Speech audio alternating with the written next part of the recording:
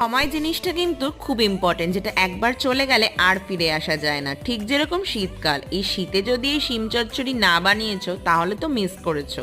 সারা বছর শিম পাওয়া গেলেও শীতের শিম চচ্চড়ির টেস্টই আলাদা। আর উপকরণ তো ভীষণই কম, জাস্ট শিমটাকে দুদিকটা কেটে নিয়ে ভালো করে পরিষ্কার করে নেবে। আর একটা পেস্ট বানাতে হবে 2 রকম সর্ষে আর পোস্ত দিয়ে, লঙ্কা আর জল দিয়ে। ব্যাস, পেস্ট রেডি। আর কি, কড়াইতে তেল গরম করে তাতে কালো জিরে একটু ফোড়ন দিয়ে দাও। শিমটা ভালো করে দিয়ে নুন হলুদ দিয়ে ভালো করে ভেজে নাও। ভাজা ভাজা হয়ে গেলে সেই পেস্টটা অ্যাড করে দেবে। ব্যাস, এবার একটু জল দিয়ে দাও আর শিমটাকে ভালোভাবে সিদ্ধ হতে দাও।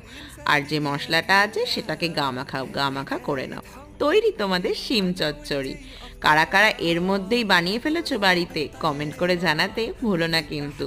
লাস্টে একটু চিনি অ্যাড করতে পারো, টেস্টটা ভালো আসে আর কি। তাহলে চলো, আজকের জন্য টাটা।